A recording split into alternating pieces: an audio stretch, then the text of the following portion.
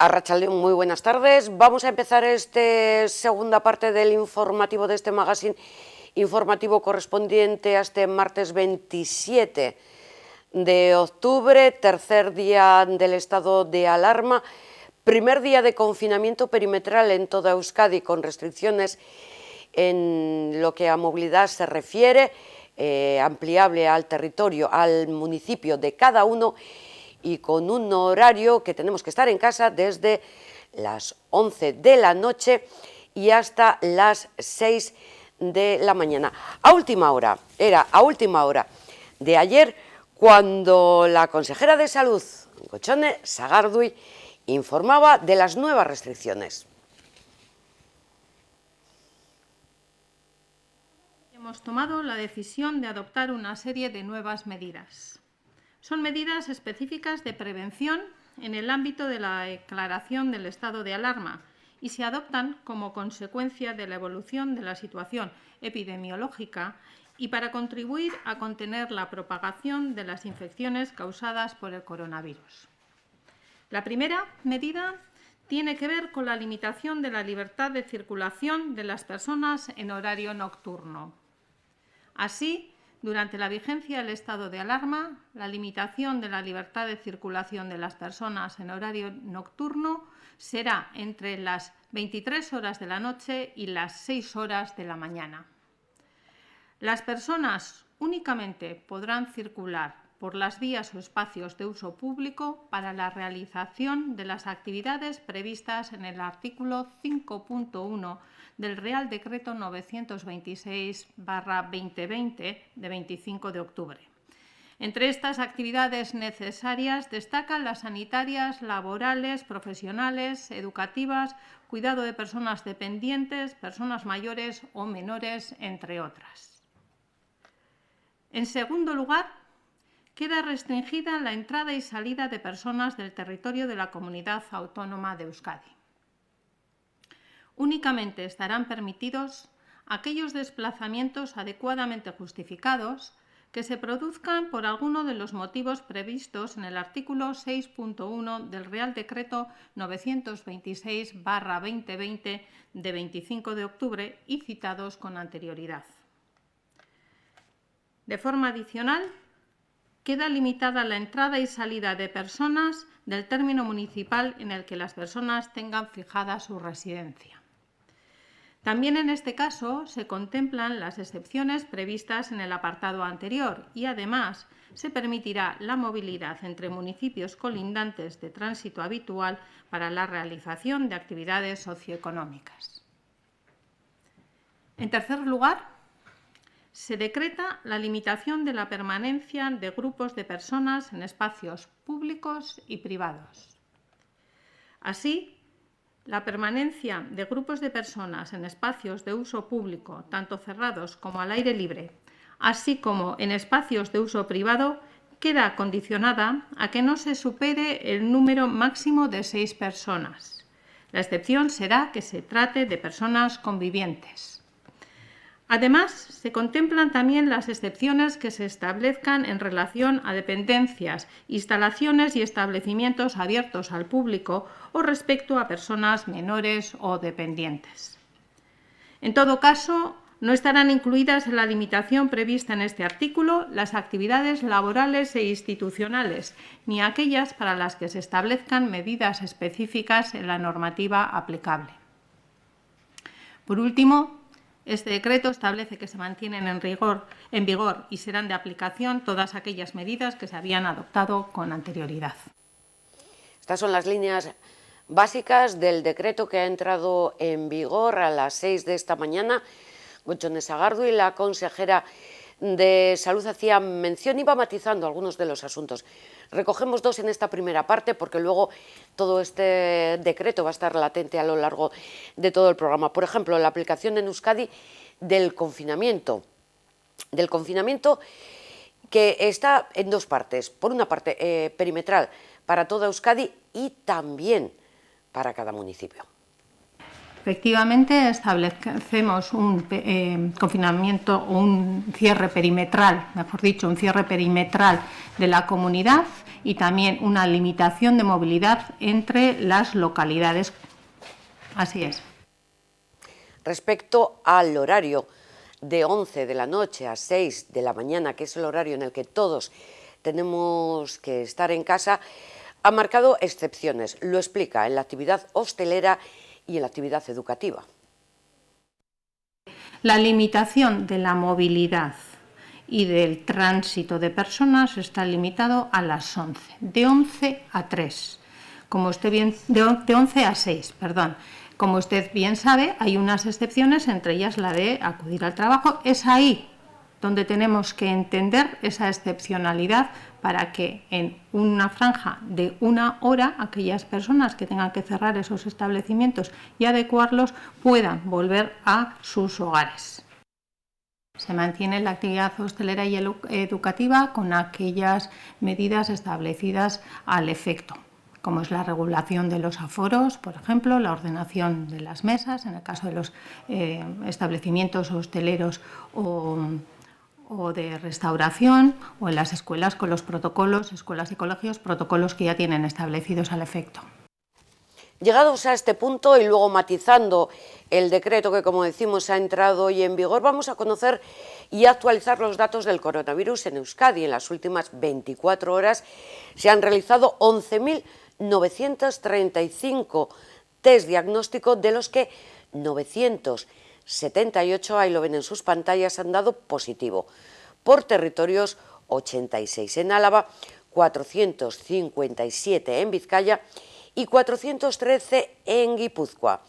Respecto a la situación de los hospitales, en el día de ayer 71 personas ingresaron por COVID en planta y en las UCIs hay actualmente 74 personas con COVID.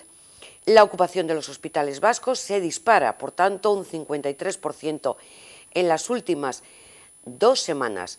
En Guipúzcoa, Aretxabaleta, Hondarribia, Orio y Zarautz tienen una tasa por debajo de 500 con más de 5.000 habitantes. Esta información nos permite acercarnos a los contagios por nuestras localidades. Vamos a ver y desglosar por Vizcaya, porque conocemos también las localidades que están en rojo, a las que marcábamos ayer se le ha sumado el municipio de Ondarroa.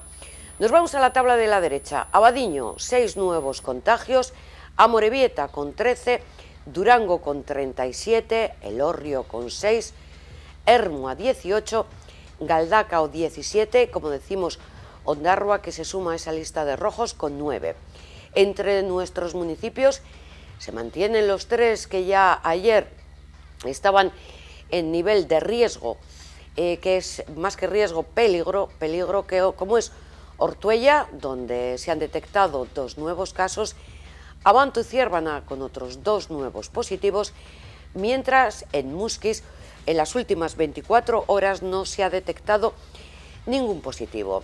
Hacemos un pequeño repaso por el resto de localidades vizcaínas. Por ejemplo, en Bilbao, 100 nuevos positivos, Baracaldo 45, Sestao 12, Portugalete 16, Santurchi 5, Trapagarán 9, Ziérbena 0, Erandio 16, Leioa 4 y en Guecho tenemos 23 nuevos positivos. Estos son los datos actualizados. Les dejamos, como siempre hacemos, unos instantes para que vayan viendo la localidad que más les interesa.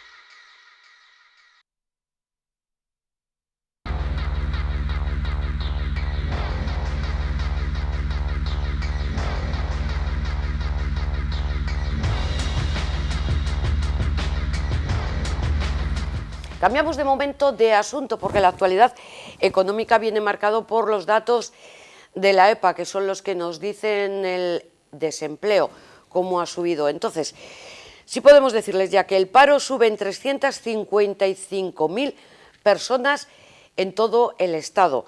Son datos correspondientes al tercer trimestre del año. La tasa en el Estado se sitúa, por tanto, en el 16,3%, sin contar los ERTES. En lo que a Euskadi se refiere, el paro ha aumentado también en 15.700 personas, con lo que la tasa actual se sitúa en el 10,34%, 6 puntos por debajo el resto del Estado. Y estos datos nos permiten acercarnos a un sector económico del que todavía no habíamos hablado, que es el sector agrario, agrícola y ganadero. Hablamos con Unzalu Salterain, del sindicato ENNE, del sindicato agrario. Arratsaldeon, Unzalu. Arratsaldeon, muy buenas tardes, Unzalu. Vaya, Arratsaldeon.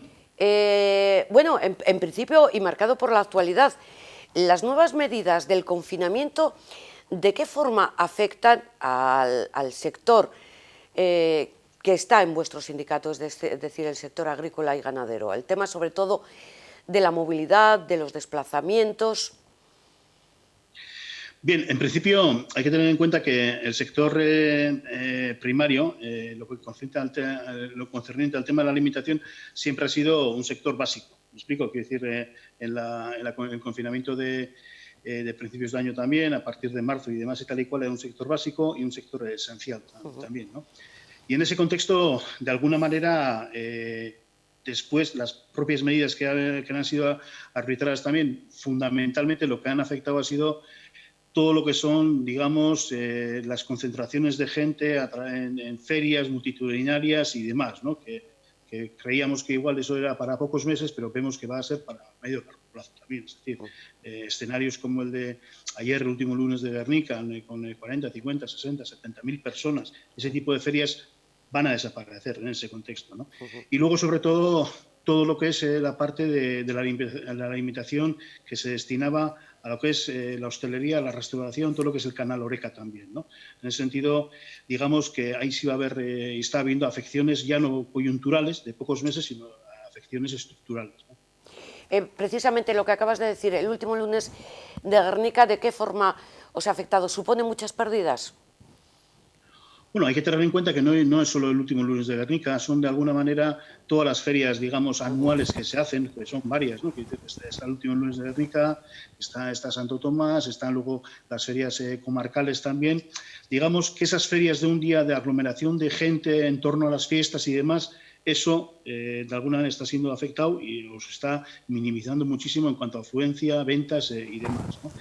Y en ese contexto nosotros entendemos de que hay que articular nuevas medidas, no para recuperar las ferias, pero sí para recuperar, digamos, lo que son los mercados semanales y demás, y dar la salida al producto, digamos, desde una periodicidad más corta en el tiempo y tiene que ser a través de los mercados semanales y potenciar un poco ese tipo de espacios, ¿no?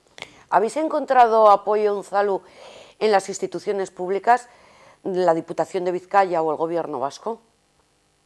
Bien, en principio hay que comentar de que, bueno, justo con el confinamiento, apoyos puntuales del Gobierno vasco en cuanto a retiradas de canales de cordero y demás, canal Horeca y todo lo que había, sí se articularon medidas comerciales y luego desde las diputaciones se articularon también ayudas de minimis a la parte de la producción, ¿no? Pero también es cierto de que eso, de alguna manera, va a responder a lo que es la campaña anual en concreto. ¿Me explico? Y en ese contexto es muy importante también ver cuáles son los déficits que hay actualmente, cuáles las cuestiones que tenemos que cambiar también. Es decir, el sistema del COVID ha dejado muy claro también que los sistemas alimentarios que tenemos están haciendo de alguna manera aguas o se le están viendo muchas costuras, ¿no? Hay que cambiar los sistemas alimentarios. Vemos que la alimentación local, el consumo local, puede ser una alternativa también para buscar sistemas alimentarios mucho más resilientes, pero a su vez también es muy preocupante también todo lo que va a conllevar también todos los comedores colectivos, todos los comedores escolares y demás, ¿no? Que esta empezando a arrancar y qué afección va a tener eso, junto con todo el canal Horeca y demás, ¿no? Que en estos momentos, por ejemplo, en el mundo de la carne, el vacuno de carne, se está viendo toda aquella carne que estaba yendo hacia comerciales que participan en el canal Horeca y en ese tipo de circuitos, de alguna manera se está resintiendo esa venta y está planteando un precio menor, y sobre todo es unido también a que se están estancando también ciertos consumos, sobre todo en carne de vacuno, ¿no? Entonces, se están dando situaciones coyunturales, pero a su vez también estamos en un momento muy importante en el marco europeo y también en el marco local, en el que se está definiendo también las políticas agrarias por los siguientes años. Me explico, dentro de lo que es la estrategia de la granja a la mesa. Entonces, es una oportunidad también para poder hacer una lectura de qué es aquello que tenemos más frágil y por dónde tiene que caminar un poco en el futuro, ¿no? Y en ese contexto entendemos que las nuevas estrategias en Europa, dentro de lo que es la estrategia de la granja a la mesa y la biodiversidad, pueden de alguna manera ayudar al modelo de agricultura que podemos plantear aquí de ganadería, ¿no? Efectivamente. ¿Y cuál es el sector más frágil en este momento? El sector más frágil en este momento, de alguna manera, es la que está dependiendo un poco de esa venta de ferias, el canal Horeca y demás, ¿no? Sobre todo porque hay una pérdida de mercado. Entonces, hay que buscar también maneras de poder fortalecer esos mismos canales de otra manera. Y no de manera coyuntural, sino de manera un poco más estructural también, ¿no? Hasta ahora, todas las ayudas que se han articulado es para responder a las pérdidas que ha habido puntuales en un año o en periodos concretos, del confinamiento y demás, pero hay que articular otro tipo de medidas de otro tipo de apuestas. Más a largo plazo y más de futuro, entiendo, ¿verdad, Unzalu? Sí, tiene que ser mucho más a largo plazo y más de futuro, que tiene que ver también un poco con sistemas alimentarios locales. También nosotros ahí, por ejemplo, entendemos que la alimentación debe estar en el centro de las políticas públicas, ¿no? En ese contexto, tenemos que plantear toda la compra pública que están haciendo las administraciones locales. Hay que potenciar y hay que conseguir que sea alimentación local y de cercanía, ¿no? Y a partir de ahí hay que crear también nuevas culturas de consumo en lo local y demás, ¿no? Sobre todo si queremos buscar sistemas alimentarios que sean mucho más sostenibles y que verdaderamente ayuden a lo que es enfriar el planeta, tanto desde el modelo de producción como el modelo de consumo, ¿no? Entonces hay que cambiar un poco el chip que tenemos, es decir, pensar que en distintas producciones que la exportación va a ser la solución a nuestros problemas, eso se terminó. Eso no va a ser así. Pero, por ejemplo, todos los inputs que van llegando de Europa, del Parlamento Europeo, del Consejo Europeo, sobre todo dirigidos al sector ganadero, que es consumir menos carne. Eso a vosotros y, en definitiva, al sector de los ganaderos flaco favor hace. Sí, pero no hay que fijarse tanto en lo que es consumir menos carne, porque seguramente cuando se habla científicamente de que hay que consumir menos carne, igual es que se está consumiendo mucha carne. Otra cosa es qué tipo de carne se está consumiendo. ¿Me explico? Es decir, verdaderamente son las carnes también un poco la ganadería más industrializada, ¿no? No solo en vacuno, sino en porcino, aviar y demás, ¿no? Entonces, hay que consumir, seguramente igual, hay menos carne para buscar más salubridad, pero sobre todo hay que pensar qué tipo de carne estamos consumiendo, ¿no? Y cómo se está produciendo esa carne.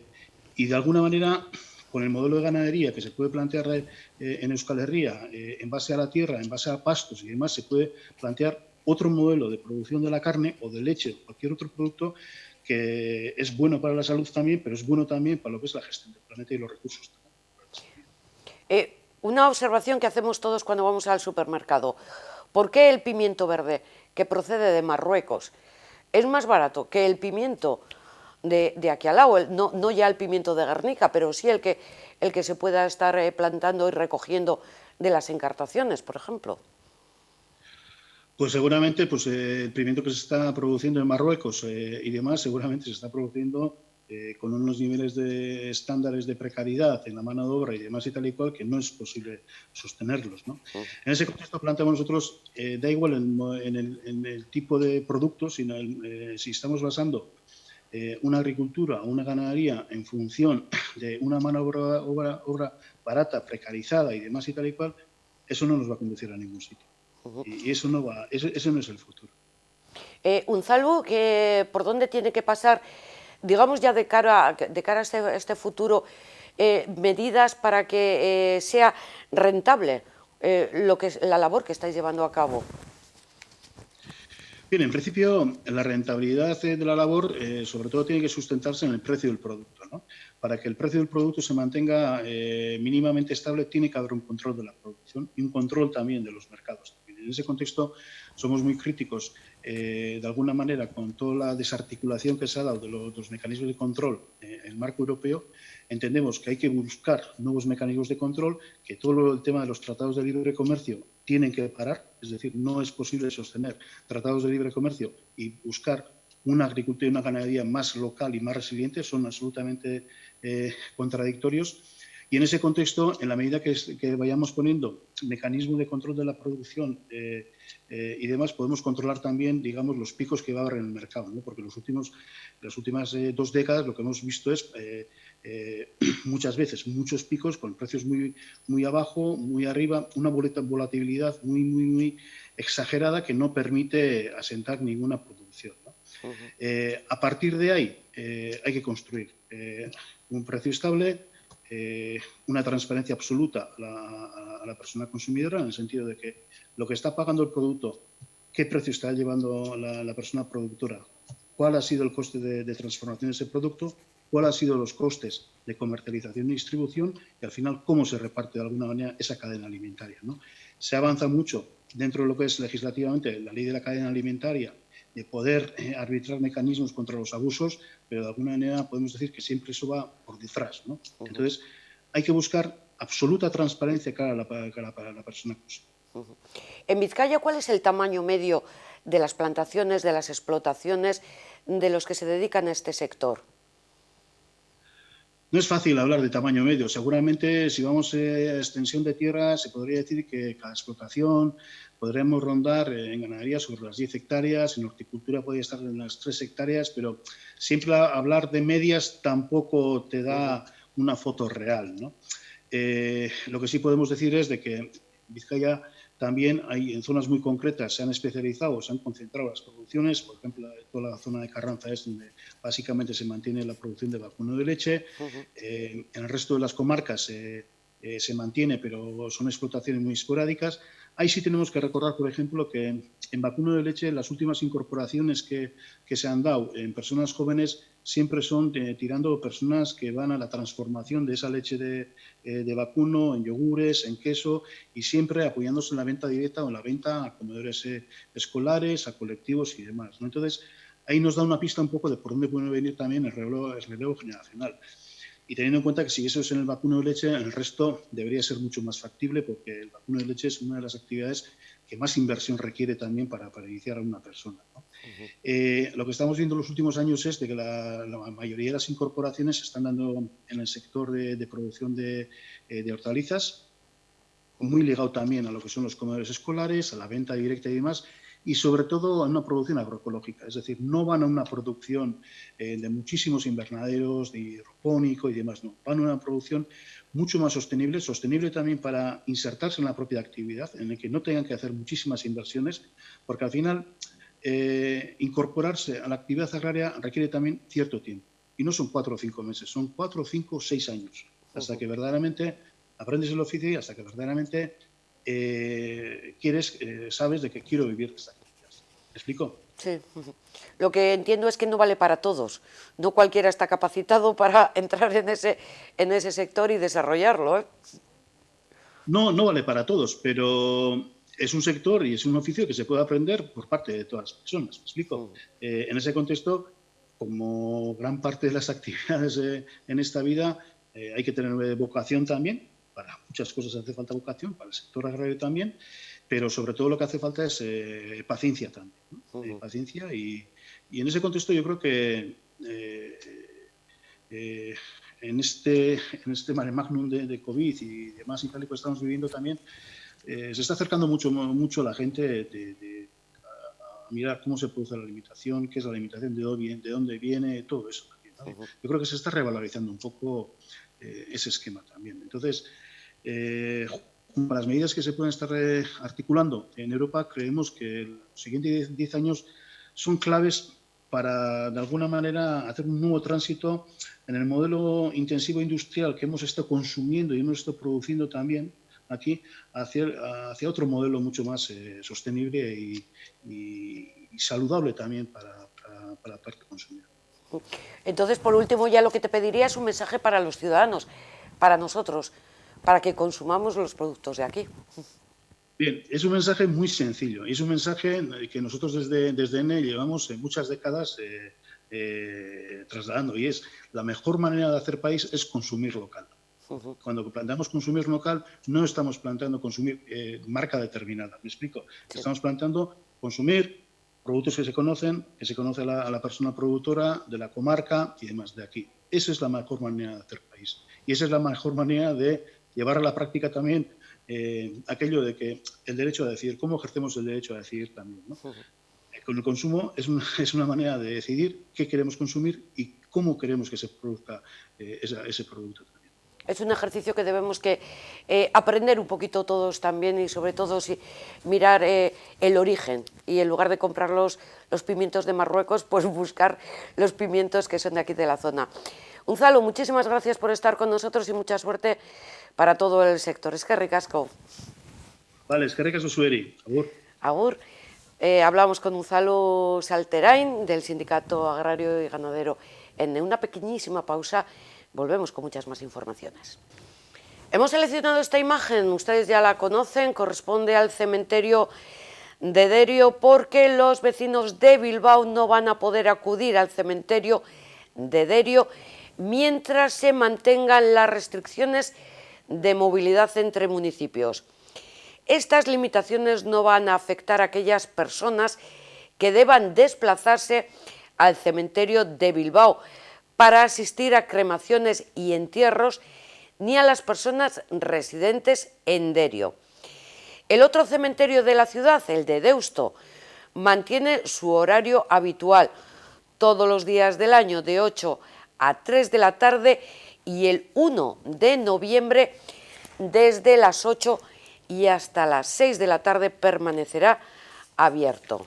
Esto es el cementerio de Deusto, y el que ustedes estaban viendo hace un momento era el cementerio de Derio. Si vive en Bilbao, pues no va a poder acudir este año al cementerio de Derio por estas limitaciones de movilidad entre municipios. Aprovechamos también esta cuestión para darles actualización de datos en lo que responde a colegios, que están clausuradas 133 aulas en 90 centros educativos, corresponden al 0,76%, pero la noticia viene de la mano de Diputación respecto a las residencias de Vizcaya, porque hoy mismo ha emitido una nota que dice así: la Diputación considera que las personas que viven en centros residenciales podrán recibir la visita de sus familiares aunque residan en otros municipios. Considera el ente foral que estas visitas se incluyen en las excepciones del decreto del Gobierno vasco relacionadas con el cuidado de las personas mayores en situación de dependencia o personas con discapacidad, porque son fundamentales para su bienestar emocional. Se continuarán realizando siempre dentro de las limitaciones necesarias para evitar la expansión del COVID, y además cumpliendo las garantías sanitarias y bajo estrictas medidas de control. De hecho, la institución foral está enviando SMS a las más de 7.000 visitas registradas desde finales de agosto para confirmarles esta cuestión. Respecto a los datos de contagios en los centros residenciales vizcaínos, el número de personas usuarias con positivo confirmado es de 57, repartidos en 6 centros. Aichea Gamifica con 20 personas, Aspaldico de Portugalete 16, el Centro Asistencial de Leioa 12, Zorrozgoiti Bilbao 5, Anay Cantero 2 en Bilbao con 2 personas, las que venía manteniendo durante todos estos días, y Ana y Cantero 3 en Bilbao con otros 2. Además, el Centro Sociosanitario de Virgineche, que atiende casos de infección por coronavirus, recoge a 64 personas, de ellas 42 son usuarios de la red de centros residenciales y 22 son personas en situación de fragilidad y que en estos momentos están cumpliendo allí la cuarentena. Esta es la última información en lo que las residencias se refieren, porque nos preguntaban además si podían hacer visitas a sus familiares en residencias o se habían paralizado. No, en esta ocasión el confinamiento y las medidas restrictivas no afectan para nada a las residencias. Las visitas se pueden seguir realizando. Entre los datos, pues en Euskadi, la tasa de incidencia acumulada en los últimos 14 días, en términos generales en Euskadi, está en rojo. También estábamos ayer en rojo, con 547. En Guipúzcoa, que es el más elevado, 785, y en Vizcaya 450. O sea, Vizcaya en general estaríamos en naranja. Luego, como ya han ido viendo, pues están los municipios en rojo, pero Guipúzcoa en general está en rojo, y haciendo el acumulado de Vizcaya, Guipúzcoa y Álava, Álava también está con un 380, por lo tanto también un amarillo-naranja, un nivel 2-3, pero haciendo el acumulado, Euskadi en general lo situaríamos en rojo. Y este dato pues nos anima a aportar la siguiente información, que es la que ha dado el portavoz del Gobierno vasco, Bingen Zubiría. Después del Consejo de Gobierno, que todos los martes reúne a los consejeros, ha hablado también de este tema. Él hablaba con un término, incertidumbre en torno al coronavirus. Y respecto a la propuesta de prórroga por 6 meses del estado de alarma, una prórroga que tiene que pasar al Congreso el próximo jueves para ser debatida y, en su caso, aprobada por los partidos políticos, pues no ha dejado claro cuál será la postura del PNV en esa prórroga. Yo creo que en estos momentos nadie en el mundo sabe cuánto va a durar esta situación de pandemia. Nadie en el mundo sabe, ningún gobierno, ni ninguna autoridad científica ni sanitaria, cuántos años o meses o cuánto tiempo vamos a tener que convivir con esta enfermedad. Es muy probable que la convivencia que tengamos que tener con este virus y con esta enfermedad tenga sucesivas oleadas y tengamos que aprender a convivir con este virus. Y esto va a exigir, en momentos concretos, la adopción de medidas que restringirán nuestras libertades y nuestras capacidades de actividad y de movimiento y que deben contar pues, con una cobertura jurídica suficiente. El estado de alarma es una figura jurídica, una figura normativa que permite la adopción de medidas restrictivas con todas las garantías de un Estado de Derecho. Puede ser el estado de alarma o puede ser, como se ha dicho estos días, de otra manera, podría ser también alguna normativa especial del ámbito sanitario que ofreciera la garantía suficiente para la adopción de estas medidas. A día de hoy hay una propuesta para que este estado de alarma, que es la herramienta jurídica que nos permite a las instituciones adoptar medidas, se pueda prolongar por 6 meses. Es muy probable que también en el futuro hagan falta instrumentos jurídicos de este tenor. No sé si debe ser un estado de alarma o debe ser una norma de rango superior que permita la adopción de estas medidas. De momento, la propuesta que ha hecho el Gobierno español es la de alargar por 6 meses este instrumento jurídico que se llama estado de alarma. La consideración que hace el Gobierno vasco es que seguramente estos 6 meses no bastarán para superar esta situación sanitaria. Y el Gobierno considera que sería bueno no recurrir permanentemente al estado de alarma y poder contar para los tiempos que vengan con otras normas que nos permitan adoptar medidas con garantías jurídicas. La herramienta en realidad es una declaración, ¿no? Es un estado que permite la adopción de medidas restrictivas con garantías jurídicas. Algo hace falta. El único instrumento que en estos momentos existe es el estado de alarma. Durará pues lo que tenga que durar, pero sería conveniente que se buscaran también otras fórmulas para hacer frente a esta situación sin tener que recurrir permanentemente al estado de alarma. Pero claro, ¿quién conoce esas otras fórmulas alternativas a las del estado de alarma? Pues él tampoco lo ha explicado. Por lo tanto, el estado de alarma, que eso es lo que decretó Madrid, se debatirá, como decimos, el jueves en el Congreso, una prórroga hasta el mes de mayo del año que viene.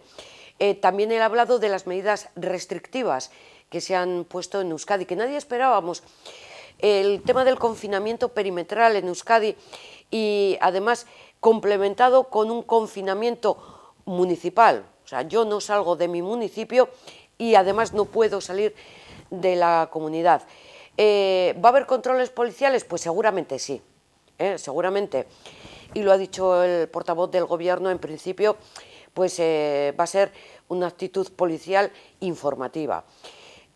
Lógicamente luego habrá sanciones, pero él ha apelado a la responsabilidad para evitar desplazamientos innecesarios. A mí, como portavoz de Gobierno, más que referirme a las medidas coercitivas, me corresponde apelar a la conciencia ciudadana. Consideramos que las propuestas que se están haciendo en el decreto que ha entrado en vigor esta mañana, además de su parte restrictiva, nos indican cuáles son las medidas que nos pueden ayudar a combatir el virus y a combatir la enfermedad y hacer frente a la extensión de su contagio, ¿no? Es una apelación permanente que desde las instituciones públicas realizamos a toda la ciudadanía para intentar evitar aglomeraciones y reuniones de personas de más de 6 individuos, para evitar en lo máximo posible la movilidad entre municipios y territorios y para poder limitar también nuestra actividad fuera de unas determinadas franjas horarias. Y lo hacemos porque las autoridades sanitarias nos indican que es imprescindible evitar que personas de un municipio se desplacen a otros si no hay necesidad para ello, porque cualquiera de nosotros puede transmitir esta enfermedad y no deberíamos correr ese riesgo, por lo menos no, mientras no tengamos controlada esta situación de crecimiento del contagio. Y también se está comprobando que las reuniones sociales que exceden el ámbito o la burbuja de convivencia nuestra, pues crean situaciones de riesgo que en la medida de lo posible deberíamos evitar.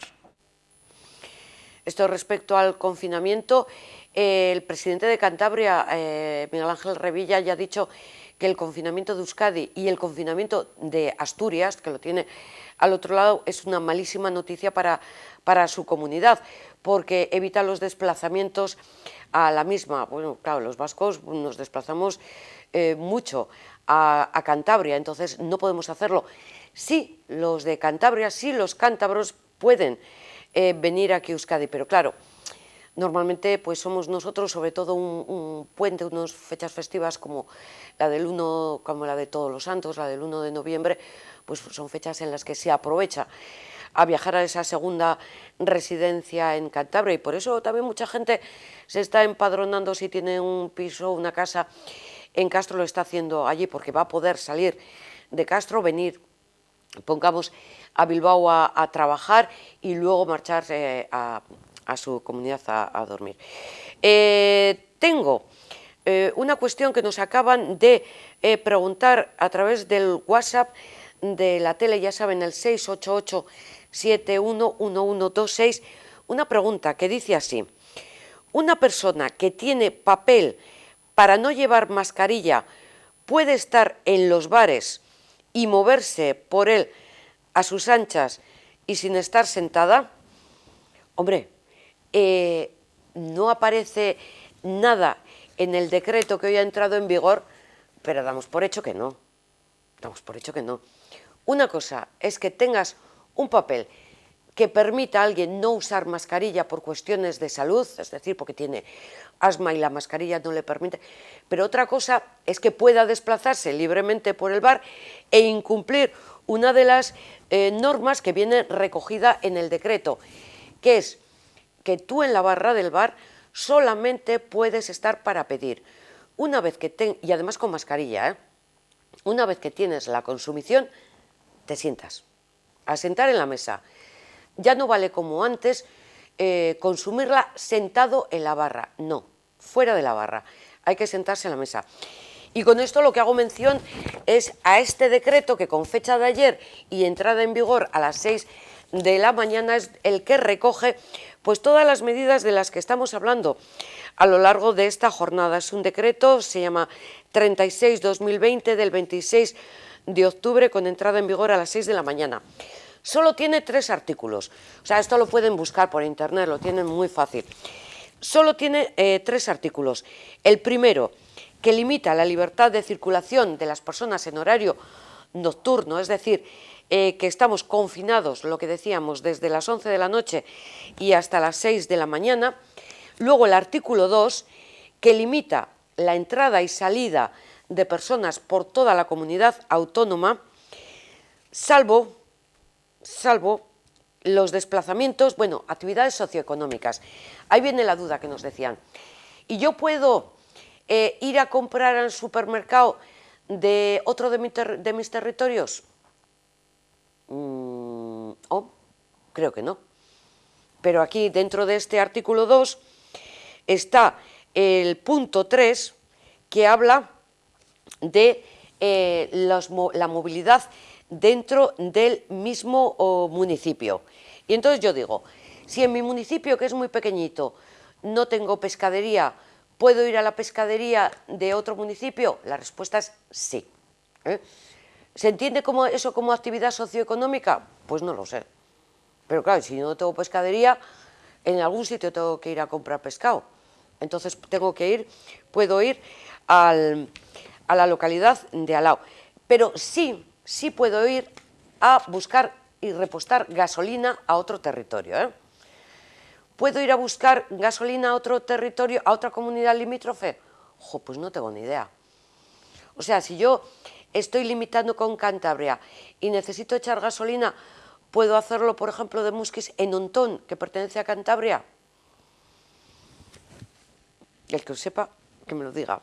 Bueno, pues esto tiene tres artículos, como les decimos. Un artículo 4, que es de medidas preventivas. El artículo 3 es de reducción a 6 personas. Y tiene una disposición derogatoria, 3 disposiciones finales y un anexo, que es el que habla de otro tipo de medidas ya conocidos por todos, que corresponden al tema del uso de la mascarilla.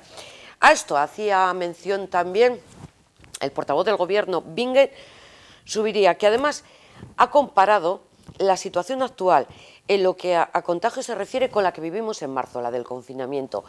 ¿Y esto por qué lo enlazamos? Porque estamos en estado de alarma. Estamos confinados hasta cierto punto, pero no descarta un confinamiento total, como el que vivimos en marzo. No descartábamos ningún escenario y me ratifico en esa declaración. Las autoridades sanitarias están realizando un seguimiento diario, pueblo a pueblo, territorio a territorio, de la situación sanitaria.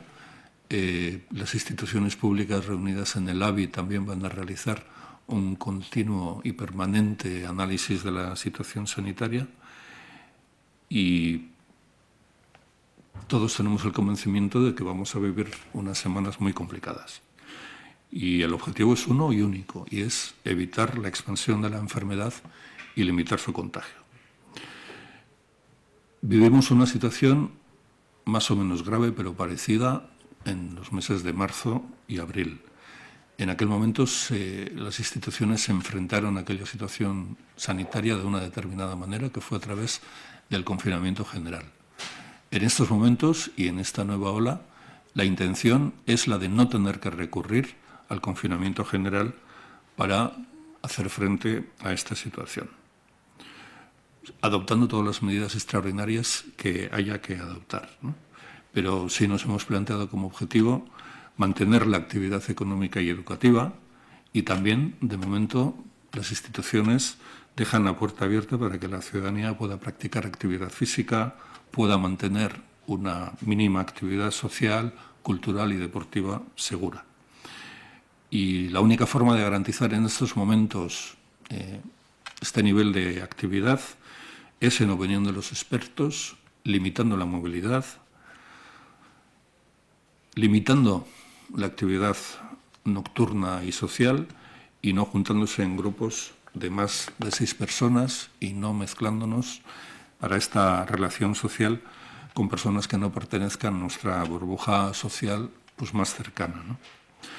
Y junto a ello, las instituciones públicas también tienen claro que deben reforzar sus esfuerzos para que el sistema de salud siga atendiendo a quien no se encuentre bien, detecte a las personas enfermas y les ayude a mantenerse aisladas hasta que superen la enfermedad para no contagiarla, ¿no?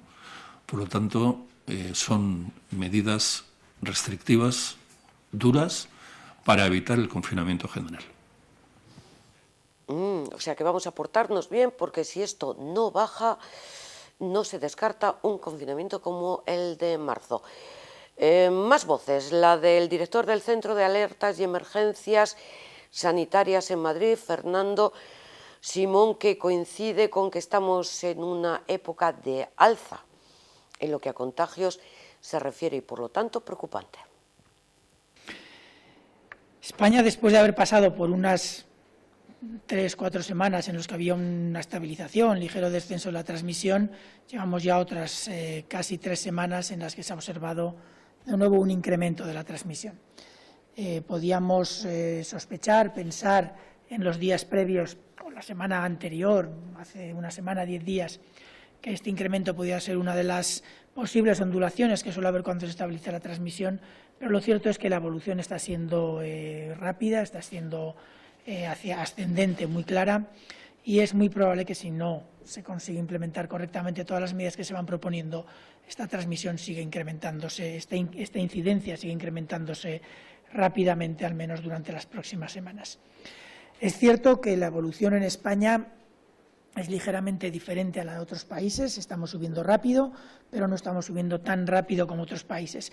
La diferencia es que nosotros partíamos de un punto basal más alto que los demás, puesto que habíamos tenido todos esos brotes epidémicos y toda esa incidencia algo más alta que el resto de los países europeos durante las últimas semanas del verano, desde agosto, septiembre hasta la fecha. Pero se observa un claro incremento. Desde el viernes hasta el día de hoy se han observado aproximadamente 17.000 casos nuevos diarios. En total, entre estos 3 días de los que damos información hoy, se han notificado un total de 52.000 nuevos casos que se reparten en más de esos 3 días, pero siguen siendo casos que no teníamos detectados hasta la fecha. Con fecha de diagnóstico de ayer se han notificado un total de 5.200 casos, pero, como todos saben, todo esto va a subir, estos casos van a subir en los próximos días, por lo que, debido a los posibles retrasos que hay en la transmisión de la información, que todos conocemos que la hay. La incidencia acumulada en España a 14 días por 100.000 habitantes a fecha de hoy es de 410 casos por 100.000 habitantes. Como les digo, esta incidencia va subiendo progresivamente. Es cierto que se están implementando medidas muy importantes que se supone que tienen que controlar, que tienen que ser capaces de controlar la transmisión, pero el efecto todavía no se está observando. Algunas se han implementado en las semanas previas, otras se han implementado en los últimos días. El número de casos asintomáticos, es decir, un indicador que nos muestra nuestra capacidad de detección precoz de la enfermedad, de la infección, sigue siendo alto, seguimos estando por encima del 45% de casos asintomáticos o presintomáticos, lo que implica que se detectan precozmente, pero el detectar casos asintomáticos o presintomáticos que posteriormente no guardan escrupulosamente el aislamiento o las cuarentenas que tienen que realizar sus casos concretos no sirve de poco. Es decir, todo el esfuerzo que se hace por hacer una detección precoz, que es una de las bases del control de la transmisión, si no se observan escrupulosamente los aislamientos y las cuarentenas, nos genera un problema que no podemos solventar de ninguna otra manera que imponiendo sanciones cuando se tengan que imponer. Todo esto está teniendo, este incremento de la incidencia está teniendo un impacto en nuestros servicios sanitarios. Actualmente tenemos ya un 13,7% de ocupación hospitalaria en camas convencionales y un 24,2% de ocupación promedio en todo el país de camas de unidades de cuidados intensivos, con variabilidad importante. Tenemos varias comunidades ya por encima del 40% de ocupación, lo cual pone a nuestro sistema sanitario ya en una situación de mucha presión.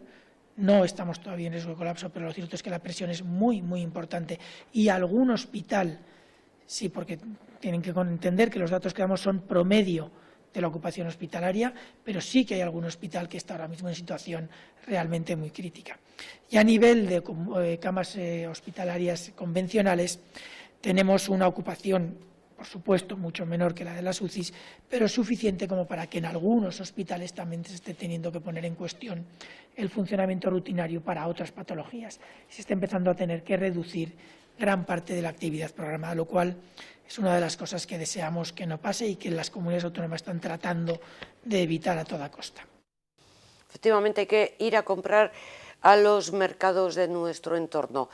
Les hemos dado los datos de incremento del paro en el tercer trimestre de este año, que sube en Euskadi y sube en general en todo el Estado. Y esto es una pequeña maldad que utilizo para hablarles de que hoy se ha presentado el proyecto de presupuestos generales del Estado, que ha sido aprobado por el Consejo de Ministros, que se ha celebrado esta mañana. Y lo digo porque es un presupuesto que contempla un gasto récord de 196.097 millones. Incluye un adelanto de 27.436 millones de los fondos europeos. Ha sido el presidente del Gobierno, Pedro Sánchez, que ha hablado de este proyecto de presupuestos que contempla una subida salarial de los funcionarios del 0,9% para el año 2021, pero también de las pensiones. Subirán lo mismo, el 0,9% en el 2021, y las no contributivas lo harán el doble, el 1,8%. Subiremos el sueldo a los empleados públicos conforme al IPC, subiremos también las pensiones conforme al IPC y subiremos también las pensiones no contributivas el doble del IPC. Por tanto, será 9,76 millones de pensionistas verán incrementado su pensión en un 0,9%, en línea con la previsión del IPC real.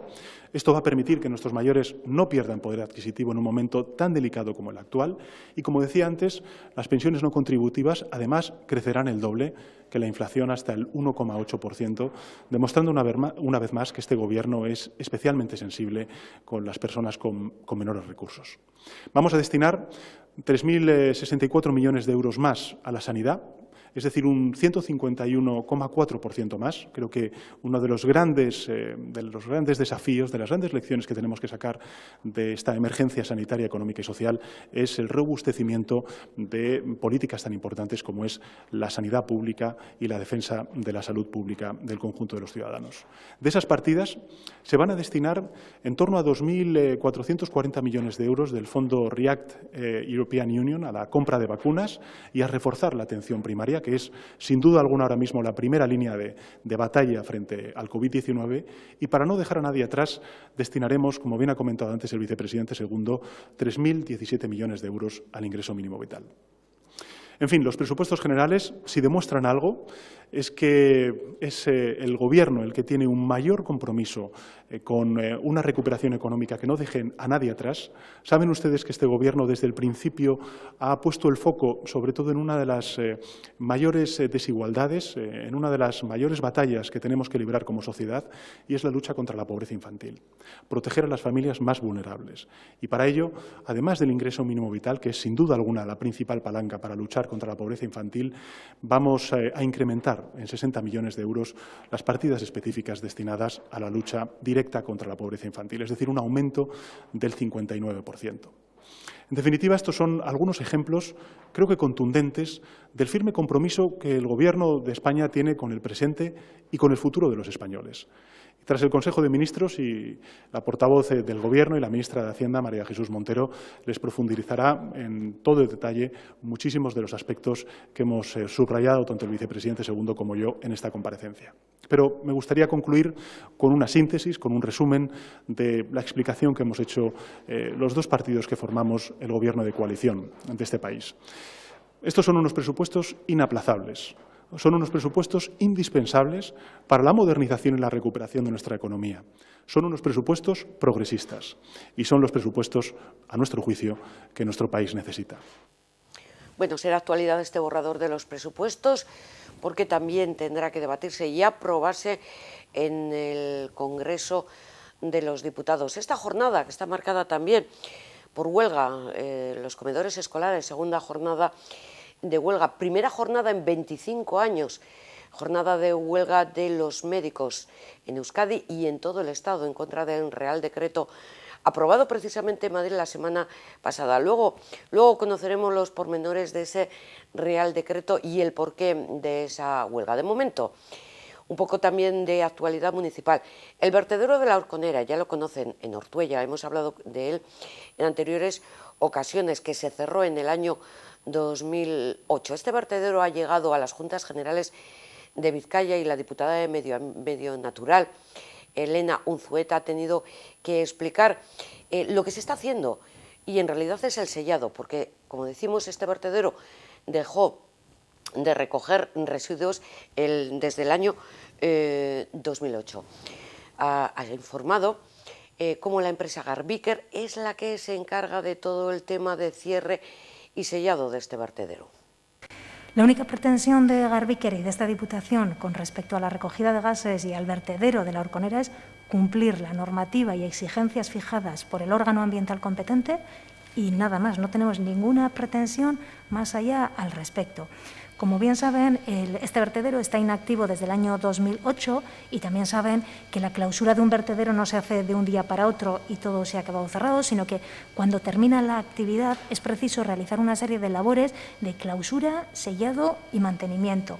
Una vez que se realizan las labores de sellado, que serían el primer paso, el órgano medioambiental competente, en este caso el Departamento de Medio Ambiente del Gobierno vasco, establece y vela para que se cumpla la normativa en materia de vertederos y, por tanto, emitió una resolución en el año 2015 con la que la Horconera entraba en fase de posclausura. Tras el cierre del vertedero, se tienen que realizar unas labores de mantenimiento posclausura, entre las que está la correcta extracción de los gases, gestión de los gases. En ello estamos y en esa labor deberemos continuar 30 años desde la clausura del vertedero, conforme a lo que exige y establece la ley. La Horconera tiene un sistema de red de tuberías de captación del biogás que se genera en el vertedero y que está ubicado por debajo de la secuencia de los materiales que constituyen la propia impermeabilización del vertedero. Cuando este vertedero se encontraba activo, los residuos industriales inertes no peligrosos que se depositaban en el mismo tenían un contenido en materia orgánica baja o muy bajo y por eso a día de hoy la producción de biogás es baja o muy baja. En cualquier caso, esa red de tuberías conduce esas limitadas cantidades de gas hasta un único punto de salida, donde hay un sistema de extracción del biogás que dispone de una soplante que lo aspira, se programa y se controla de modo automático y genera una presión de hasta 130 milibares que impiden que la acumulación de gases quede en el interior del vertedero. Esos gases que se extraen pasan a través de la parcela de oxidación de metano y una vez que está oxidado, el aire limpio sale libremente a la atmósfera. Esa información es la que, como decía, pues hemos tratado de trasladarles, quizás más escuetamente, pero esa misma información en el mismo mes de febrero, cuando nos trasladaron una pregunta sobre existencia de planes para evitar incidentes relacionados con eso, para tranquilizar, como ustedes decían, a la supuesta preocupación del vecindario, en el sentido de que estamos realizando conforme a norma y a la norma establecida por el órgano ambiental competente la extracción oportuna de los gases para que no hayan incidentes de ningún tipo.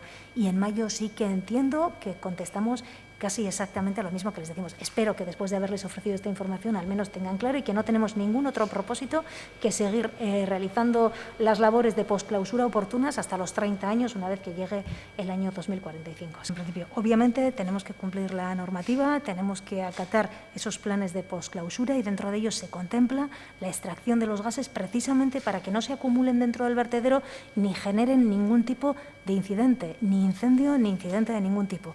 Esa es una labor que se viene realizando por Garbiker desde el momento de la clausura del vertedero y tal está como está establecido en la resolución del año 2015.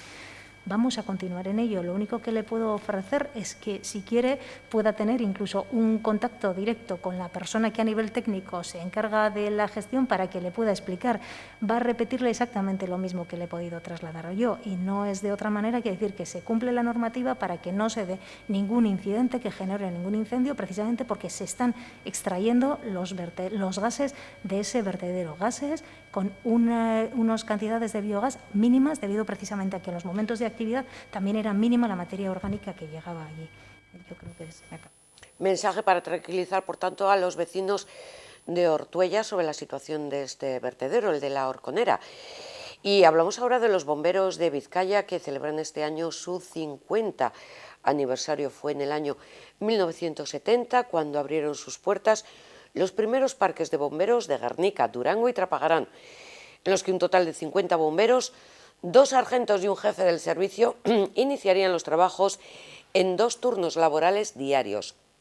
El acta que recoge la primera intervención oficial de los bomberos se sitúa entre los días 30 de octubre y 5 de noviembre de ese año de 1970. De ahí que la Diputación Foral haya elegido la próxima semana para conmemorar esta efemérides, en la que se ha dado inicio a los actos festivos con un simbólico corte de tarta elaborado por el gremio Artesanos de Confitería y Pastelería de Vizcaya. Bueno, el servicio de prevención, extinción de incendios y salvamento, es decir, bomberas y bomberos de la Diputación Foral de Vizcaya, cumplen en estas semanas 50 años, ¿no? Y a pesar de que no estamos viviendo momentos fáciles, pensábamos que merecían, bueno, pues que los recordáramos, que agradeciéramos su trabajo y que recibieran también la felicitación y el agradecimiento de todas las vizcaínas y de los vizcaínos. No hay cumpleaños sin tarta y sin velas, y hoy sí que quiero agradecer, bueno, pues el trabajo que con muchísimo cariño, como habéis podido comprobar, han realizado pues pasteleros y confiteros artesanos de Vizcaya, ¿no? Muchísimas gracias a ellas y a ellos, y también pues muchísimas gracias a las bomberas y bomberos, porque en cualquier incidente, en cualquier incidencia, están siempre ahí, y es verdad que es su trabajo, pero también es verdad que lo hacen con una profesionalidad y con una disponibilidad que no podemos dejarla pasar, simplemente pues por agradecer estos 50 años y pedirles que lo sigan haciendo como lo han hecho hasta ahora. Pues sí, la verdad es que si alguien llama la atención y alaba su trabajo, siempre es a los bomberos de Vizcaya, y a Ivone Bengoechea, la diputada de Relaciones Interinstitucionales, la que valoraba la labor de los bomberos y la efeméride, este 50 aniversario. Y hablamos de otros personajes también, por ejemplo, Agustín Ibarrola. Seguimos con estas cuestiones de Vizcaya, porque aquí le vemos con la diputada Lorea Bilbao, la diputada de Cultura, en la sala Recalde, porque va a acoger hasta el 4 de julio la exposición Agustín Ibarrola de este artista vizcaíno, coincidiendo con la celebración, en este caso, de su 90 cumpleaños. Es una muestra que lleva a quien la visita a descubrir el vínculo del lenguaje plástico de Ibarrola con el medio natural. Como decimos, ahí está Lorea en Bilbao presentando junto al comisario de la muestra, José Ibarrola, precisamente esta nueva exposición de carácter temporal. Esta exposición no es una exposición antológica, en absoluto, no es una exposición que tiene una lectura cronológica, tampoco es una exposición exactamente temática, no es una exposición sobre sus intervenciones en la naturaleza, es una exposición que intenta responder a una pregunta. Porque sin duda Agustín Ibarrola representa un compromiso firme con el arte a través de la diversidad de actuaciones y de una trayectoria ampliamente desarrollada. Es por ello uno de nuestros artistas más significativos de Vizcaya, autor de un legado plástico extraordinario, con obras como la que tenemos aquí de fondo, El bosque pintado de Oma, pero con muchísima obra, a menudo o demasiadas veces también desconocida y que hoy queremos sacar a la luz. Volvemos de nuevo al tema estrella. Estábamos comentando el tema estrella después del verano, no, es el tema estrella desde el pasado mes de marzo. La COVID-19, el coronavirus y las intervenciones, valoraciones y lo que se hace desde el Comité de Expertos. Ahora en palabras nuevamente de Fernando Simón, del director del Centro de Alertas y Emergencias Sanitarias del Ministerio de Sanidad. Como saben, él interviene 2 veces a la semana, una es el jueves y otra es el lunes por la tarde. Y a esta intervención nos referimos nuevamente en esta ocasión, pues para hablar, ¿por qué lo comentaba así? De que lo que más miedo tiene es que se produzca un colapso sanitario. Y él lo que viene a decir también es que con la llegada del invierno los contagios no van a ir a menos, sino que van a ir a más. Bueno, España ahora mismo está yendo hacia arriba, claramente hacia arriba, igual que casi todos los países europeos. No sabemos cuántas semanas va a durar esa progresión. Sabemos que hemos implementado y propuesto, y las comunidades autónomas están implementando muchas medidas con el objetivo de controlar rápidamente esa transmisión.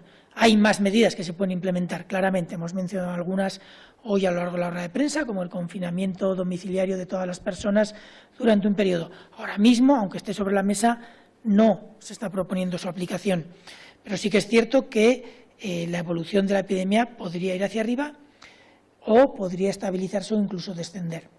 No es fácil saberlo cuando estamos a mitad de la implementación, del periodo de implementación de las medidas y a mitad del periodo de observación para poder valorar si tienen efecto o no.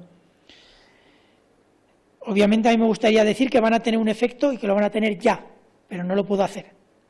Lo más que podemos hacer es estar pendientes día a día de la evolución de la epidemia y valorar cómo evoluciona. Si la incidencia sigue creciendo durante las próximas 2 semanas, sí que es muy posible que a mediados o la tercera semana de noviembre estemos en una situación muy, no diría de colapso, pero desde luego muy crítica para unidades de cuidados intensivos y quizás no tanto para la hospitalización, pero también en parte para la hospitalización general.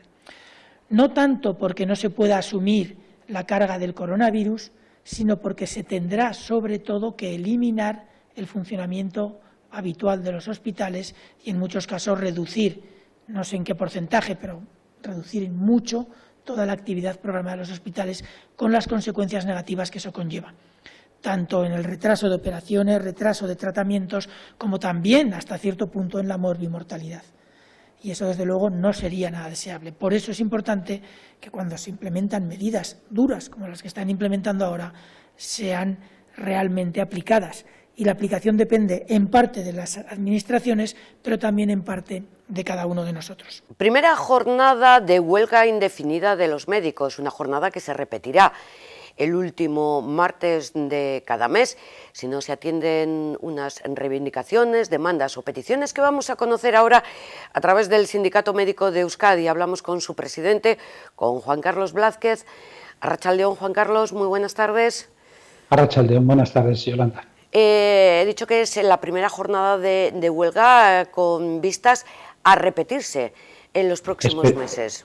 Esperemos que no haya que hacerlo. Esperemos que se avengan el Ministro de Sanidad y el Ministerio de Sanidad se avengan a, por lo menos, sentarnos a dialogar y a deshacer este entuerto que se ha hecho en estos últimos días, con la aprobación de este Real Decreto, que es justamente lo que nos ha dado la puntilla a que nos cojamos y nos pongamos en pie de guerra y digamos que hasta aquí hemos llegado. Hemos estado pasando durante muchos meses una situación muy delicada, está la gente muy cansada, hemos estado tirando de nuestras familias, de nosotros mismos, de momentos en los cuales tendríamos que haber estado descansando como tal y hemos estado al pie del cañón. Y encima viene el Ministerio de Sanidad y nos hace esto, ya que este Real Decreto como tal lo que hace es desmotivar, y no solamente desmotivar, tirar por tierra nuestra profesión a la cual nos dedicamos en cuerpo y alma. ¿Qué es lo que dice ese Real Decreto que no ha gustado nada a los médicos? Pues mira, fundamentalmente su parte principal es que cualquier profesional de cualquier especialidad puede ser movilizado y enviado a cualquier otro puesto de trabajo a realizar las funciones de ese otro profesional. Es decir, un traumatólogo perfectamente del hospital puede ser cogido y enviado a un centro de salud a hacer las funciones de un médico de familia. Cuando ese médico de familia además ha estado lo mismo, es decir, es un especialista, ha estado con una formación durante 4 años como tal, y lo que no puede ser es de que coja, es más, el propio traumatólogo no estaría ni formado para realizar esa función. Entonces, eso es uno de los puntos que dice ese Real Decreto. Y luego, posteriormente, además, ese Real Decreto también lo que hace es que a cualquier profesional, aun no cumpliendo el requisito de tener una especialización de la especialidad que sea como tal, se le coge, se le pueda contratar. Es decir, es algo llamativo. Somos un país que a la hora de la verdad estamos formando profesionales buenos, profesionales de calidad, profesionales respetados a nivel del mundo entero, con una categoría y una calidad asistencial impresionantes. Los estamos cogiendo, los estamos maltratando, se nos están yendo del país y nosotros cogemos y a su vez, y aparte del gasto como tal que produce a las arcas del Estado, pero nosotros además cogemos y lo que hacemos es traer profesionales de fuera del país sin ningún tipo de especialización a los cuales les cogemos y los vamos a contratar. Es algo alucinante, es decir, es incomprensible como tal. Lo que tiene usted que hacer es mejorar sus condiciones laborales de tal manera que aquellos profesionales que se hayan marchado vuelvan. Es más, no solamente vuelvan, que no se nos vayan más. Esta es la propuesta que hacéis los médicos. Esta es una huelga en todo el Estado.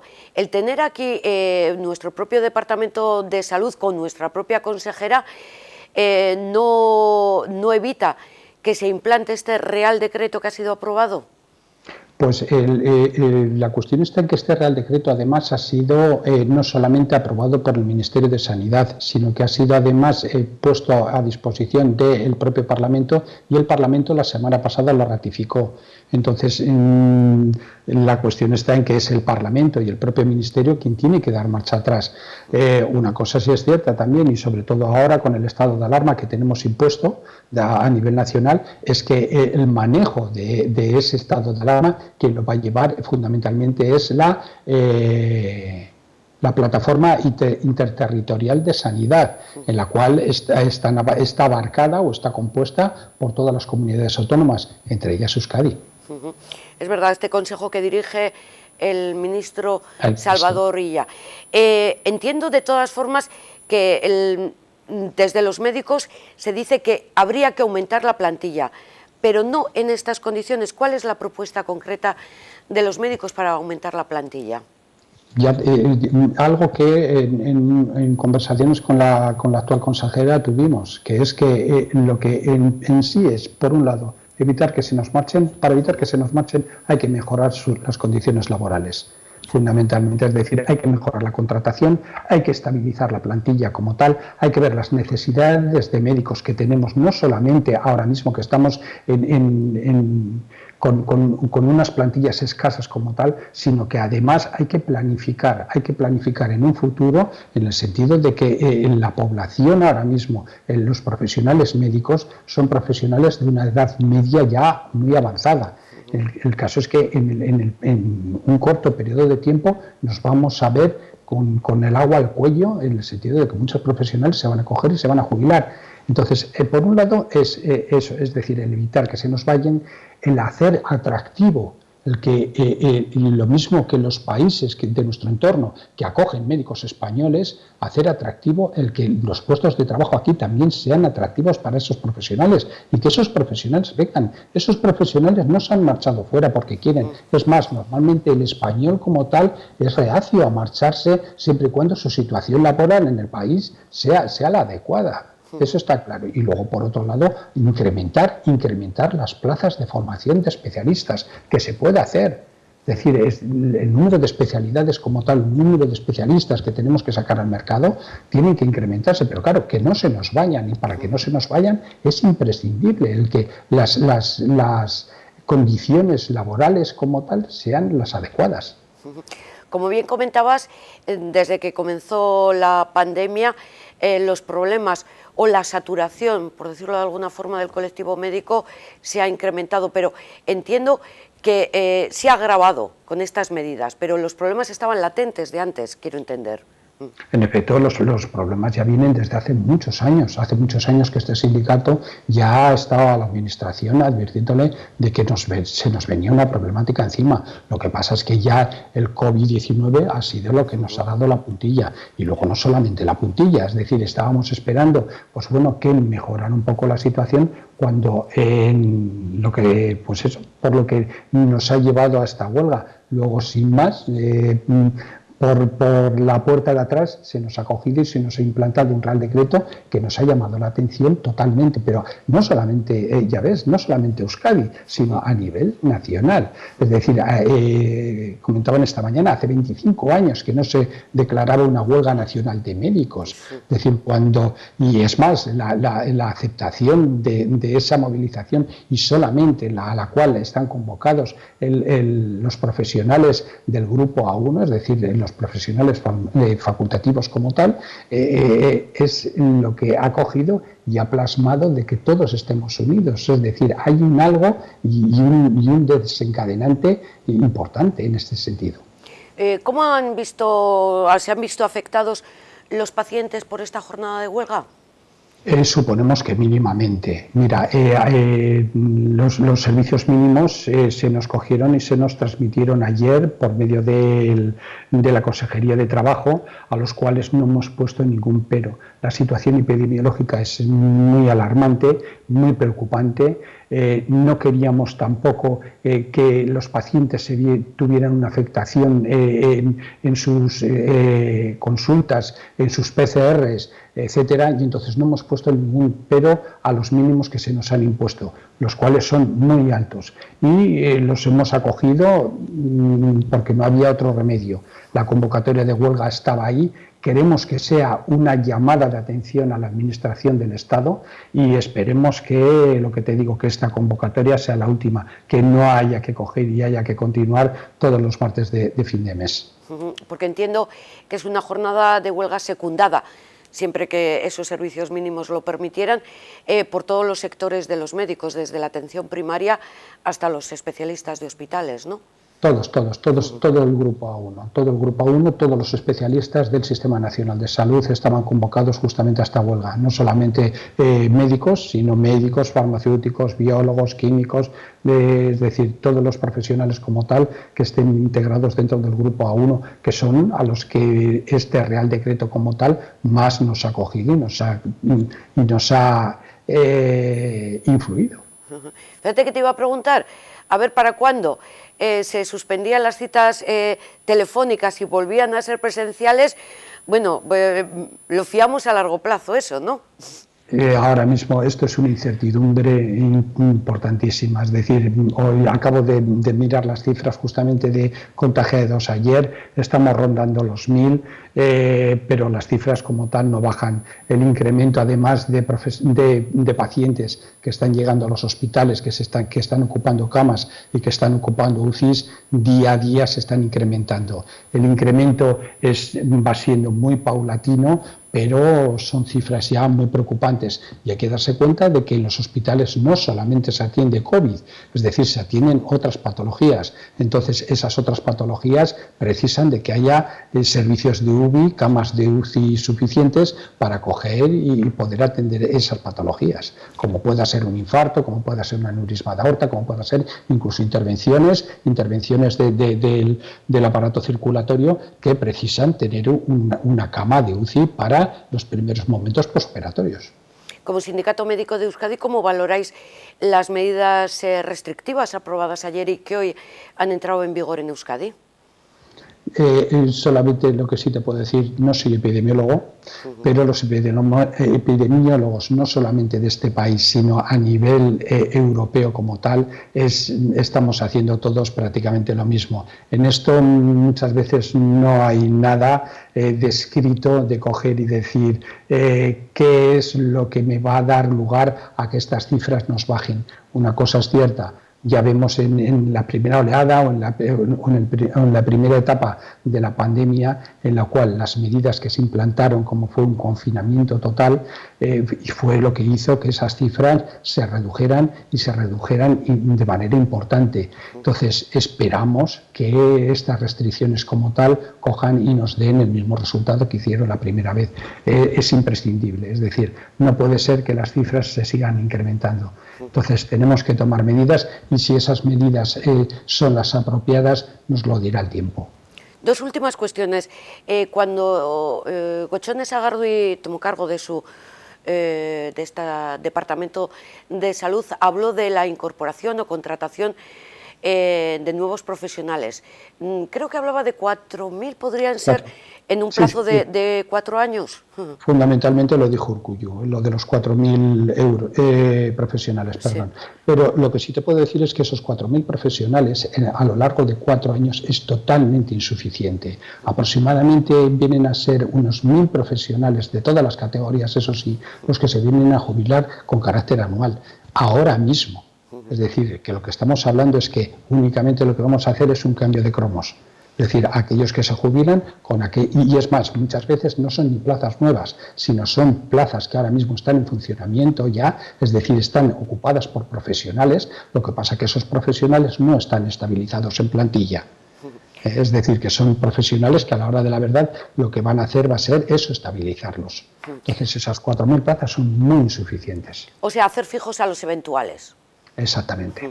Hay que darse cuenta de que la plantilla ahora mismo aproximadamente de Osakidetza está compuesta entre 27.000 y 28.000 personas, la plantilla estructural, cuando en meses anteriores hemos llegado a ocupar hasta 39.000 puestos. Es decir, había unos 10.000 puestos que estaban justamente en ciertas contrataciones de algún tipo por necesidades, pero son cifras que se llevan ya arrastrando desde hace mucho tiempo, a las cuales también hay que coger y hay que darle una estabilidad a esta plantilla. Por concluir y recapitular, entonces lo que pedís es la derogación de este Real Decreto aprobado la semana pasada en Madrid, que permite la movilidad de médicos entre diferentes situaciones, digamos, y el poder incorporar a la plantilla a médicos que no han hecho esas especialidades o esa formación que dé calidad a la sanidad pública. Exactamente. Es correcto. Y que estamos exigiendo a los propios profesionales que ahora mismo se están formando en España. Eso es, para que no tengan que marcharse y se incorporen a nuestra sanidad. Muchísimas gracias, Juan Carlos, y suerte con esas peticiones y suerte para todo el colectivo de los médicos. Gracias a vosotros. Gracias. Hacemos una pequeñísima pausa y seguimos aquí con el programa de hoy.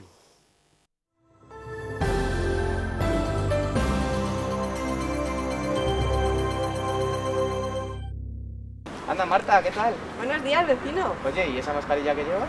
Son las nuevas mascarillas Protect Mask, fabricadas en España, que además de ser súper cómodas, tienes un montón de modelos para elegir. Pero son muy caras. Para nada, salen más económicas, porque las puedes lavar hasta 20 veces sin perder ninguna de sus propiedades. Entonces son mucho más seguras. Claro, las mascarillas Protect Mask son mascarillas homologadas, fabricadas bajo todos los parámetros de seguridad. Además, tienen 3 capas. Una capa exterior de 70% algodón y 30% poliéster. Una capa interna, que es un filtro de polipropileno, y la capa que está en contacto con la piel, 100% algodón. Entonces, ¿qué hago para elegir el modelo que más me gusta? Las mascarillas Protect and Mask tienen una gran variedad de modelos, tanto para adultos como para niños. Madre mía, Marta, según me lo estás vendiendo, ¿dónde puedo comprarme una? Las mascarillas Protect and Mask se pueden adquirir llamando gratis al teléfono que aparece en pantalla. Protect and Mask elabora sus mascarillas homologadas con tejidos reutilizables, tanto para adultos como para niños, garantizando su eficacia en filtración bacteriana. Elige entre los diferentes modelos que aparecen con su código correspondiente y realiza tu pedido. Además, puedes visitar nuestra página web. Pedidos mínimos al precio que aparece en pantalla con gastos de envío incluidos. Elige ya las mascarillas Protect and Mask que más te gusten y llámanos. Para otras cantidades y personalización, contacte con el número que aparece en pantalla. Pague sus mascarillas mediante tarjeta de crédito. Está claro, unas mascarillas con tanta calidad y seguridad solo lo pueden ofrecer Protect and Mask.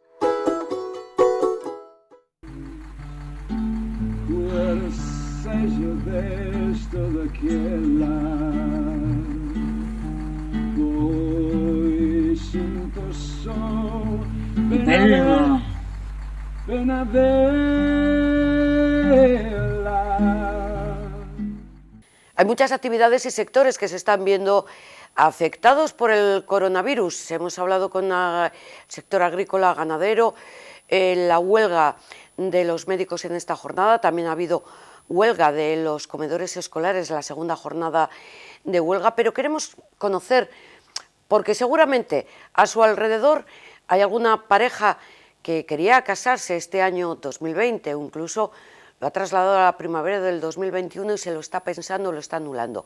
El sector de las bodas, es uno también de los más afectados y de eso tiene cumplida información.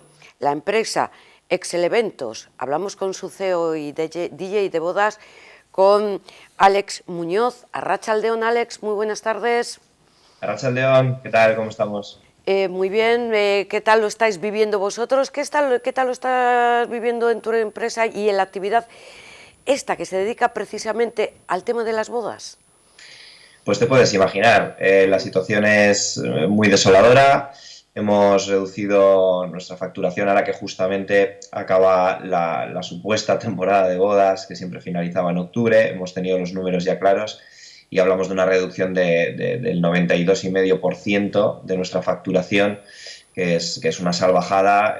Bueno, nosotros veníamos generando en torno a 20 puestos de trabajo todos los años y este año pues no he podido generar ni uno. O sea, he estado yo solo y haciendo las pocas bodas que ha habido, todas han sido a cuentagotas y aún así sobreviviendo pues gracias al cese de actividad también, claro, que cobramos del gobierno. Porque me imagino que compromisos y bodas que había previstas serían muchas y todas han ido poco a poco anulándose. ¿Esa es la situación? Eso es. O sea, al final lo que fue pasando es cuando primero comenzó el confinamiento, es en marzo, donde más espantada hubo, ¿no? Por decirlo de alguna manera. Muchas de las parejas que se iban a casar en este año 2020, pues normalmente solemos hacer unas 200 y algo bodas al año. Este año nos quedamos en 17, que quizás ni eso, porque claro, ahora con las medidas que acaban de entrar en vigor, seguramente las poquitas que nos quedaban pues también se decidan por aplazarse. Pero bueno, lo que te comentaba es eso, ¿no? Que teniendo cerca de 250 bodas anuales, pues en marzo hablamos que quizás 100, 150 bodas se pasaron al 2021 y después en los meses que se fueron desarrollando, pues también según iban aconteciéndose las distintas restricciones, las diferentes noticias de que no acabábamos de mejorar, pues el resto de bodas también fue aplazándose. Sí que es cierto que fuimos haciendo unas pocas de aquellas parejas que dentro de la nueva normalidad pues veían las ganas de casarse, aún teniendo que llevar mascarilla, aún teniendo que limitar las mesas a 10 personas, incluso cuando se prohibieron las pistas de baile, pues la gente nos amoldamos y hicimos las fiestas, entre comillas, con la gente bailando alrededor de la mesa, cada uno respetando su núcleo. Entonces, claro, con estas medidas tan estrictas, tan severas, pues lo dicho, han sido 15 bodas las que hemos hecho. 15 bodas, con un descenso de recaudación que ha apuntado, has dicho, del 92% respecto al año anterior, y unas 20 personas que son contratadas en la temporada de bodas y que este año se han quedado sin puestos de trabajo. En tu caso concreto, que eres CEO de esta empresa de Excel Eventos, que por cierto, que está en Bilbao, en la calle Luzarra, en Deusto. Sí, eso es. ¿Tu caso qué estás? ¿En ERTE o no sé? Sí, el equivalente a los autónomos, que sería el cese de actividad. O sea, los autónomos nos regimos bajo ese régimen que se gestiona a través de las mutuas. Y bueno, pues cuando comenzó el confinamiento sacaron esta medida. Tenías que tener un descenso del 75% de tu facturación respecto al mismo periodo del año anterior, y que cuando finalizase el trimestre no hubieras tenido unos rendimientos brutos, creo recordar, no sé si son netos o brutos, pero bueno, de 6.000 euros, que no llega a 5.800 y algo. Entonces, bueno, en nuestro caso de carrerilla cumplíamos con todas esas medidas y me acogí a ello. Y gracias a Dios, porque si no, no hubiera habido manera de poder seguir viviendo, llevando a mi hijo al colegio, etcétera, etcétera. Efectivamente, porque tú eres aita, tu actividad principal es al menos en esta temporada, el tema de las bodas, y solamente, bueno, y te quedas eso con los ingresos que están dando a nivel de autónomos, o sea, lo que acabas de explicar, el paralelo al ERTE.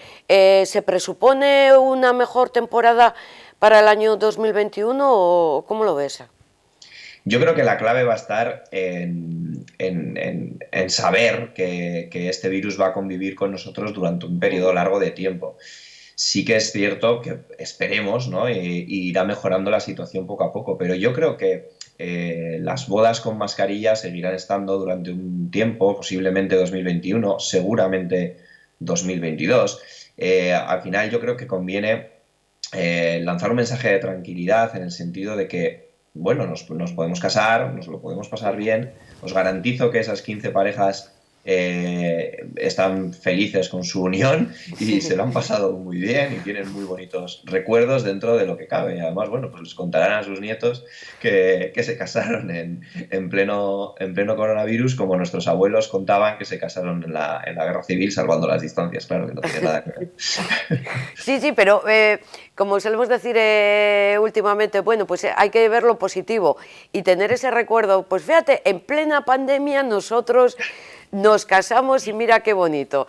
Pues es que esto sirve para animar un poco a las parejas, ya que si han decidido pasar por una boda, pues adelante con ello. Pues a ver si tenéis mucha suerte, Alex, y recuperáis esta actividad, porque no hay boda sin fiesta, ¿eh? Equilicua. Muchísimas gracias. Gracias, Alex. Muchísima suerte para vosotros, para todo el sector y también para todos los que están pensando en casarse. Lógicamente, les animamos desde aquí a que den el paso y que sigan adelante. Un beso muy fuerte, Alex. Gracias por estar con nosotros. Eskerrik asko, zuei. Eskerrik asko.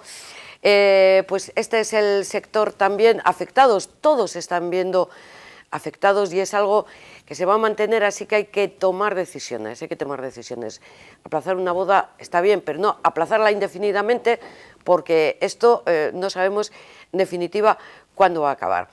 En el último de nuestros argumentos de esta jornada de martes nos vamos a hablar de la declaración del Gobierno vasco como bien cultural especial en la categoría de zona arqueológica de un poblado fortificado del cerco Bolumburu, que está ubicado en el municipio de Zalla. Se trata de un poblado de la Segunda Edad de Hierro, situado en esta localidad encartada y cuya presencia se confirmó en el año 2002. Cuenta con una superficie de 4.000 metros cuadrados y está situado en un lugar estratégico, en una cima, lo cual posibilitaba el control del entorno. Es uno de los yacimientos arqueológicos más sobresalientes de la comunidad autónoma vasca. Debido a sus pequeñas dimensiones, los visitantes pueden captar fácilmente su significado. Ahí ven la visita cursada por el consejero de Cultura y Política Lingüística del Gobierno vasco, Bingen Zupiria, la diputada de Medio Ambiente, Elena Unzueta, y el alcalde de Zalla, Juan Ramón Urquijo. Una visita a estos restos y, de hecho, el Gobierno vasco va a aprobar esta declaración con categoría de zona arqueológica. ¿Algún dato más? El poblado presenta un modelo de ocupación similar al de los castros cantábricos, una terraza paralela a la muralla a la que se adosan las viviendas, adaptada a varias condicionantes topográficos y culturales. El recinto fortificado presenta también características de los modelos culturales protourbanos más cercanos al Valle del Ebro. Los datos los da precisamente el consejero Vinken Supiria. Pero la aprobación del decreto nos impone también un reto a todas las instituciones, ¿no? El primer reto es el de conservar y mantener este lugar de la mejor forma posible. Para ello es necesaria la investigación. La investigación nos dará pistas de cómo fue este lugar, de cómo era este enclave, de cómo era la vida en el país aquellos años y de cuáles son los valores fundamentales de este cerro que hay que preservar y que hay que mantener. La recuperación y la investigación nos tienen que ayudar también a ver qué partes de este cerro pueden ser recuperados y pueden mostrarse pues acercándose lo más posible y de la forma más original y cuidadosa posible a lo que pudo ser este enclave en su día.